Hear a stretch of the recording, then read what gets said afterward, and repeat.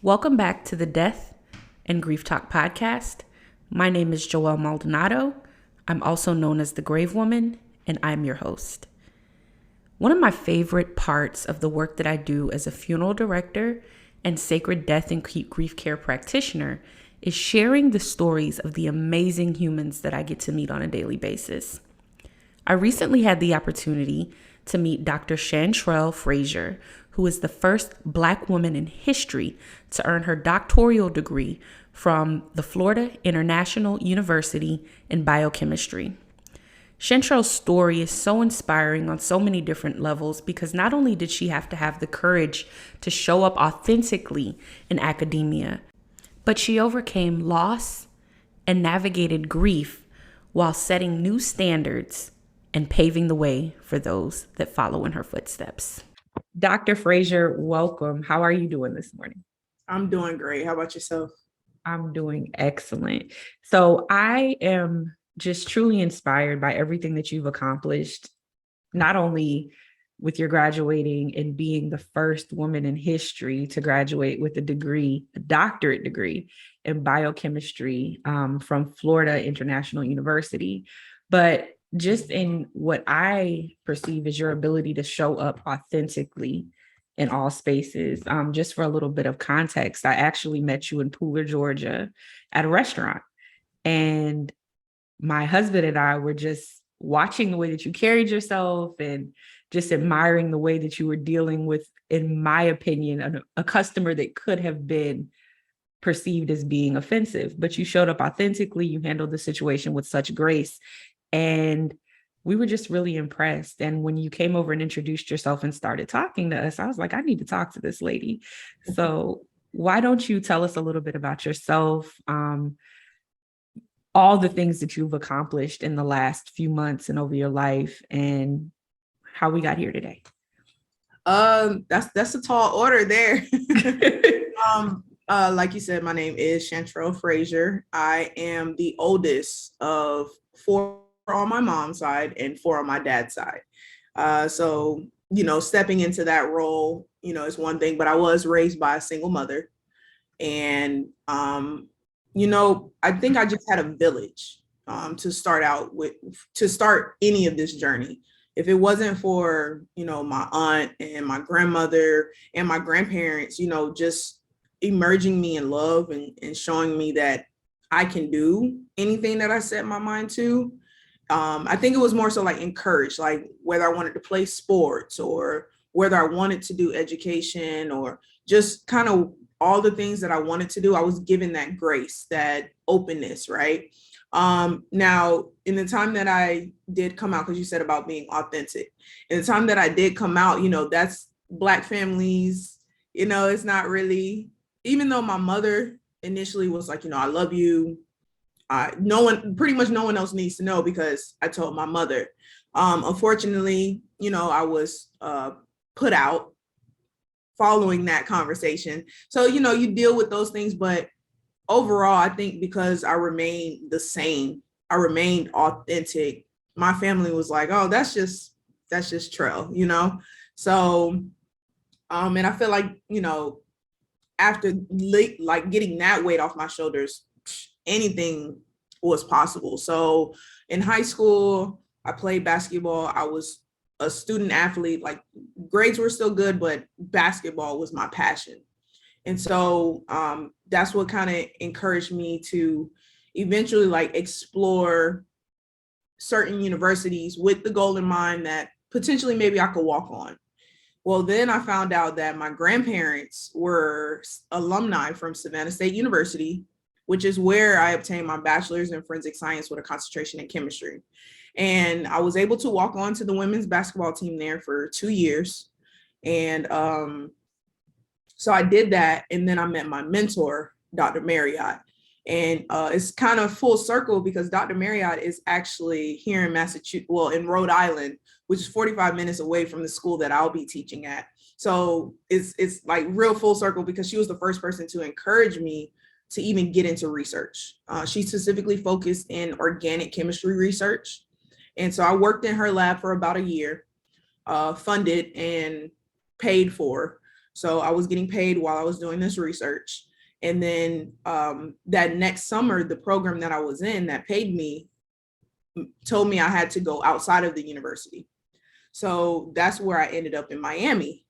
And so I did some biochemistry research in Miami. So I'm just trying to connect to how I even got into the biochemistry. And so I did some biochemistry research, and then I brought that back to Savannah State. I did some presentations. I got quite a few presentation awards from that. And that was like the first time that I saw that you can get recognized for all the hard work that you do in the lab.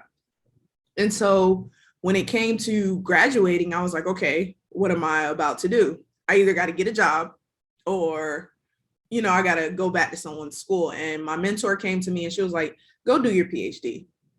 And I was like, what? And so she was like, go do it. You can do it. I was like, you sure? She was like, yes. She had a connection at Old Dominion. So Old Dominion immediately reached out and they were like, oh, you can come to our lab. And Old Dominion's in Norfolk, Virginia. But I was like, that's cold. I don't know about that.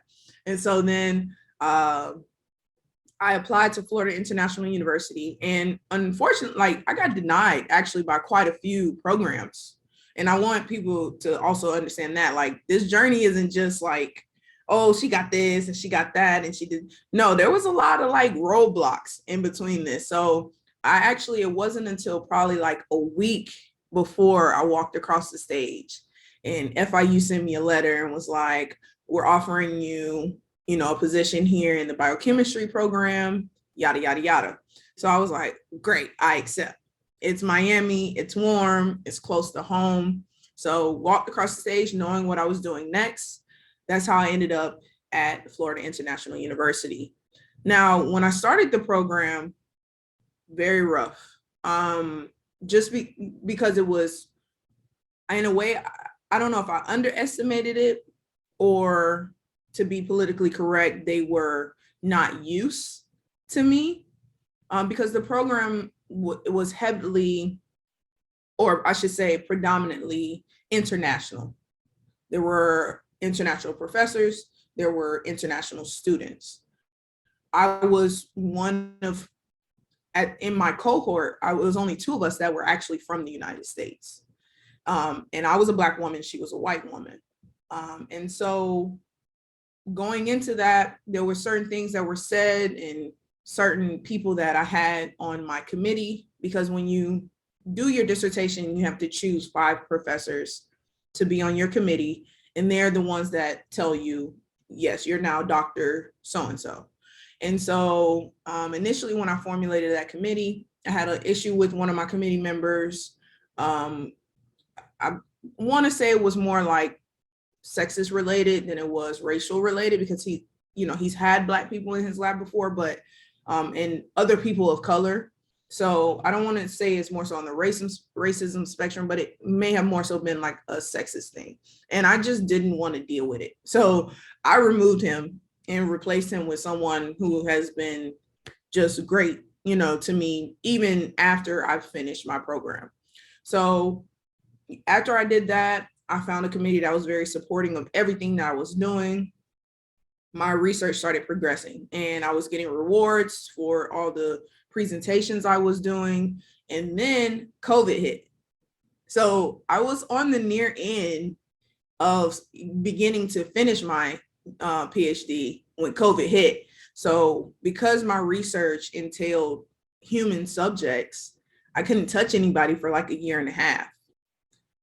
In that meantime, my aunt passed away, who was like the person that literally raised me, but like instilled a lot of things in me. And so that was another roadblock. And so then it was just like, okay, pull it together and knock it out. So I want to say within a year after all of that, 2022 spring, I walked across the stage. And I guess you could say in that meantime, probably like maybe right before the pandemic hit, I had a secretary that was a part of our lab. She was like, I asked her, I was like, my department kind of doesn't seem like they know how to deal with me as a Black woman. can you tell me if there's anyone that's been Black that's graduated from this program? It was really like coming from an HBCU. One, was culture shock that no one really looked like me, but it was like one of those things you could feel like they didn't know how to deal with me. You know what I'm saying? Like my concerns, my imposter syndrome and things like that. And she looked it up and the statistics were like, yeah, you're going to be the first. So when she told me that, I just kind of like let it go, like, oh, that's a big deal, but whatever. Like, I got more experiments to do. I got more deadlines. Like, I got to get all this done. And then as soon as I was graduating, everyone was reaching out like, oh, you're going to be the first Black woman. Like, how do you feel about this? And da da da da da. And, at the end of the day, it's a great accomplishment. But also it's 2022. And it's like one of those things of I shouldn't have been first. And granted, FIU is only 50 years old, but I shouldn't have been the first. But I am now, and I hope that my story, regardless of the roadblocks and all the ups and the downs that I dealt with going through this path of being an athlete and switching over to academics and then, all these things that people realize like it's possible. You know what I'm saying? I hope I can encourage another generation of Black women, Black men, you know what I mean, that are upcoming to say like, okay, that's a possibility. Not only athletics, not only, hip hop, not only being a doctor, because I think we rely heavily on those areas to be fruitful. And there's so many more different avenues. And that's just the message that I want to put out, that there's just so many different avenues that as Black people, we can invade these spaces and really, really be great. So yeah, that's my spiel. Beautiful. You said so much, and thank you so much for sharing. I want to touch on a few things, but the first thing that I'd like to ask you is, do you feel like there is a unnecessary level of fanfare around Black people having academic accomplishments? And the reason I ask that is because I come from a family where both of my grandparents were highly educated. My grandfather was a PhD and actually taught at Savannah State and Armstrong University for quite a while. My grandmother had a master's degree, which was very uncommon for women, especially Black women back in the 70s and 60s. But I get almost offended sometimes when people put so much grandeur around our accomplishments, because to me, it almost puts us it's almost a slick way of putting us in another othered category. Like, these are the smart ones, or these are the successful ones. How do you feel about that? So I agree. Like my dad's side of the family, I'm the fifth one to obtain a PhD. My granddad was a historian, principal. He taught at Albany State. My grandmother was a principal for 30 years in Albany, Georgia. My aunt has her PhD. My dad has his PhD. And so, like you said, coming from highly educated, it's just something we see is normal to us. So why can't it be normal to society? So I do agree, but also I feel like a lot of times it has to be so grandly celebrated because often the negative image is always put on the forefront. So I kind of feel it from both sides in the sense of, I don't think it should be over celebrated. Like, wow, that's an accomplishment. That's great. Like, yes, we need you to come speak here, or we need you to come encourage these group of students to do this and do that.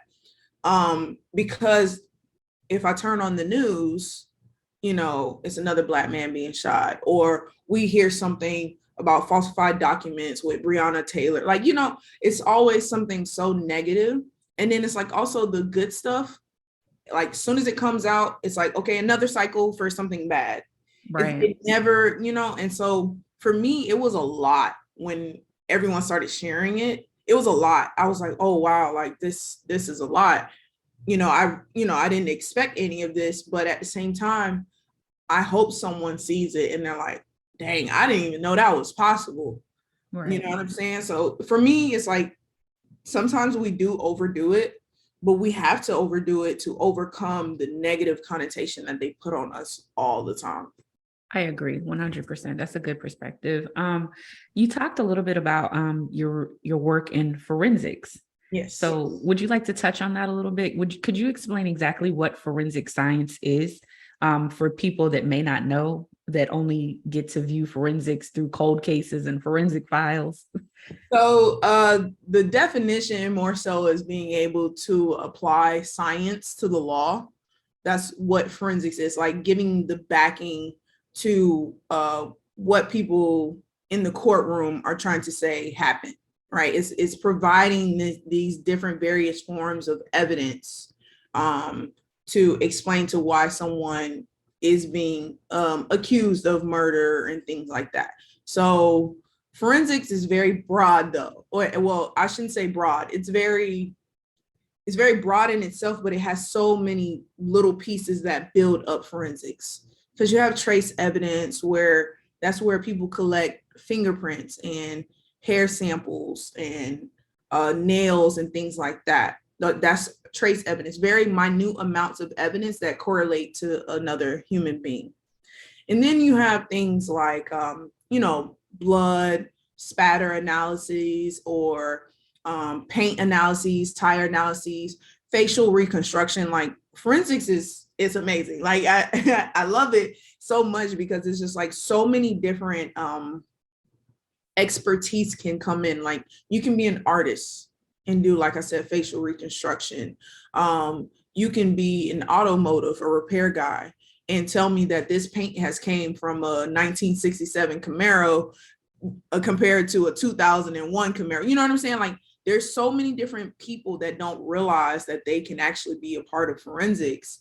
And, there's always that connotation that, oh, this is just another way that they're going to put us away or things like that. But it's like, if we have the information and we build the information correctly, forensics can be applied in a way that can eliminate the wrong accusations. For example, like it's a very poor case example, I should say, but the 5 in New York, the one they just did the Netflix special about, where there was literally no DNA of these 5 guys there at the crime scene. If that was done today, it would be different. But it was done back then where it was just becoming. Like that type of forensic application was becoming more readily used and more readily available.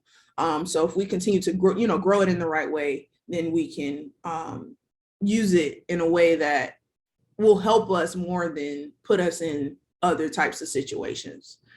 So forensics is just, it's just being able to use all these different forms of evidence and techniques and things like that to be able to apply it to the law. Beautiful explanation. I've never heard it explained that way. Yeah. So you mentioned losing your aunt while you were in the throes of achieving your PhD just before COVID. So how did your grief show up for you? And how did your grief journey and the legacy and memory of your aunt push you forward? Because for a lot of people, grief can be paralyzing and debilitating. It causes us to completely lose control. Yeah, I mean, I didn't do anything for like 2 months. I emailed my professors, my committee members, and I was like, listen, this happened. Like, I'm not doing nothing. Don't ask me to do nothing. I'm not doing anything. But then she would always say, hurry up and finish. Hurry up and finish. Like, you need to hurry up and finish and get on somebody's job, pretty much. So it was like, okay, I took my time. The grieving process is still happening. I don't think people don't like to admit that, like, oh, like this person passed away. I cried, move forward. No, that's not how that works. You know what I mean? So you have to be able to, like you said, honor that person in a way. And I always tell people, that was the first major loss that I had. Of course, I've lost some other family members that kind of hit really hard during this journey as well. But that was my like close major one that really like altered me. And so I will say I went into a little bit of depression, but I also think that was because I lost my aunt. we weren't allowed to do research. We weren't allowed to play basketball, like normal routine things. And that, like, caused a little bit of depression prior to being allowed back into the lab to do the things that I needed to do. So it was a process. It was a very up and down process. Like some days I'll be good.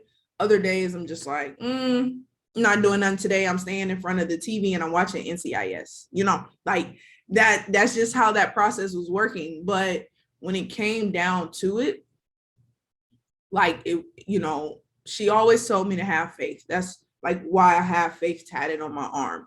And it's like, between having faith, hearing in the back of my head, you need to hurry up and finish, hearing like all of that, like it just pushed me. And so at the end of the day, like I'm still grieving, but at the same time, I know she's proud. So that's how I move about that. Beautiful. So part of showing up authentically is just walking into a room and being confident in yourself. And like I said, we met you, my husband and I met you in a restaurant. You're actually our waitress. And prior to knowing your amazing story, again, we were just so impressed with the way that you carried yourself. Yeah. What keeps you grounded and humble, girl? Because you have every reason to just walk around like you own the earth, but that's not your spirit. There's just something so humble and so meek about you. Yeah, I don't know. I really don't know. Like I genuinely like helping people.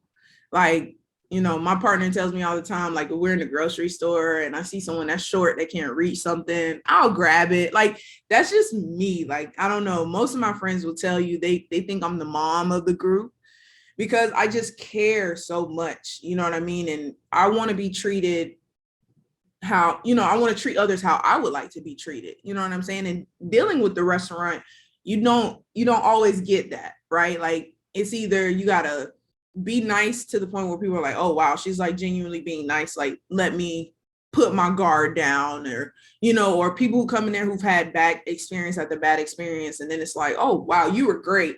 It's just like one of those things of like, I treat people how I want to be treated.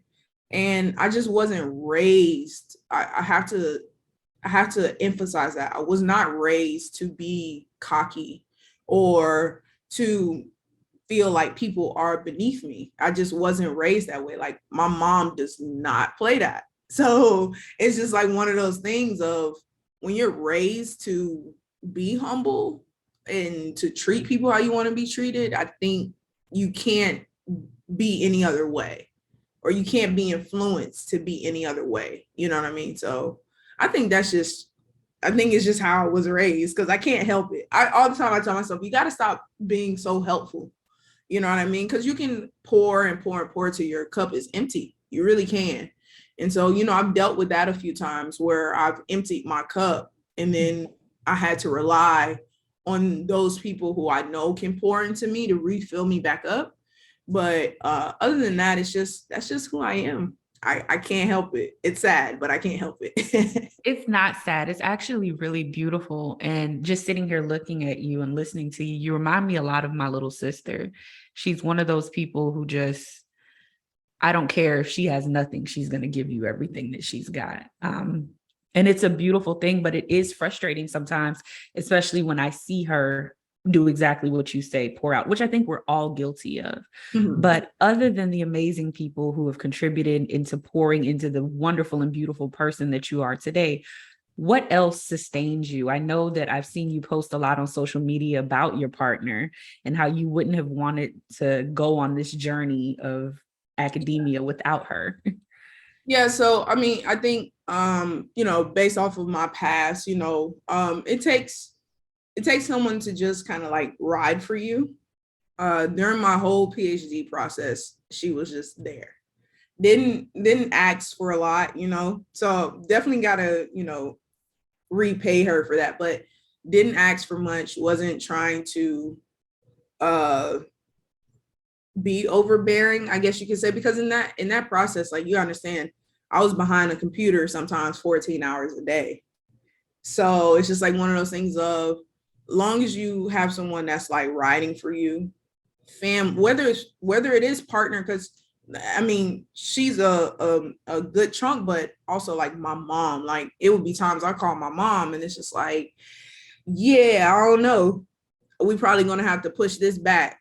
Like, like I was telling her over and like every week or every day it was something like, I don't know, mom, like I might have to graduate in the summer. And she's like, what? Are you serious? Like, and so it's just like one of those things of like, just I can't give enough credit because I had such a village of family, friends in Miami, and my best friend actually lives in Pooler. So, that was a long distance thing, but even if I called her and I said, I'm tired of being broke because, when you're literally, I was living at poverty line, if not a little above in Miami. So, I was like, I'm tired of being broke. I'm tired of doing this. Like, and you're at the end. So it's like, it's no point in quitting at this point because you're right at the end. But if it wasn't for each specific person during this journey, I don't think I could have, completed it. So yeah, no, I always need a village of mentors, friends, family, all of that. So last question. Well, actually, it's a two-part question. The first part being, what's next for Dr. Chantrell Frazier? The second part being, what is Dr. Chantrell Frazier's purpose here on this earth? Ooh, that's the way to end it. So what's next? I will be actually starting this Friday as a assistant professor of chemistry at Framingham State University in Framingham, Massachusetts. And then my purpose. That's a great question because we don't think about this often. And I think my purpose right now, as I've mentioned before in this interview, is to encourage those of color to realize that the sky is the limit.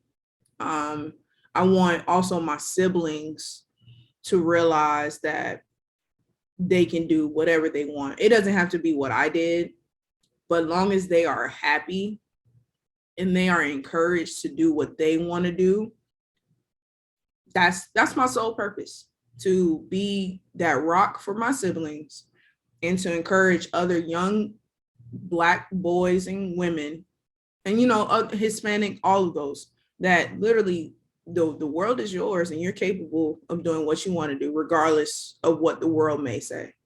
I think that's my purpose. Yeah.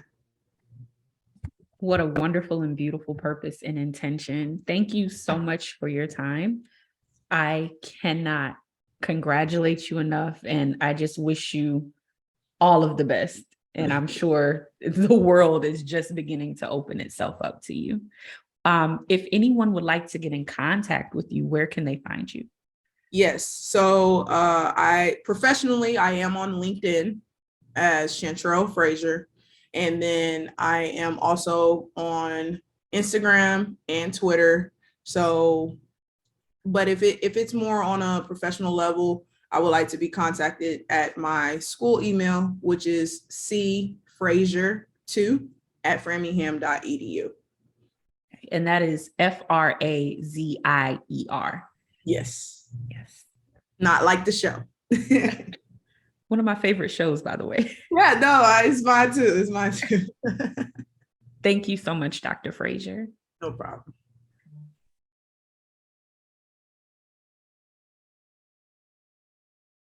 Thank you so much for listening. To learn more and to take advantage of our books, workshops, courses, and find out how you can support The Grave Woman, visit www.thegravewoman.com. Live life, love hard, and we'll talk to you next time.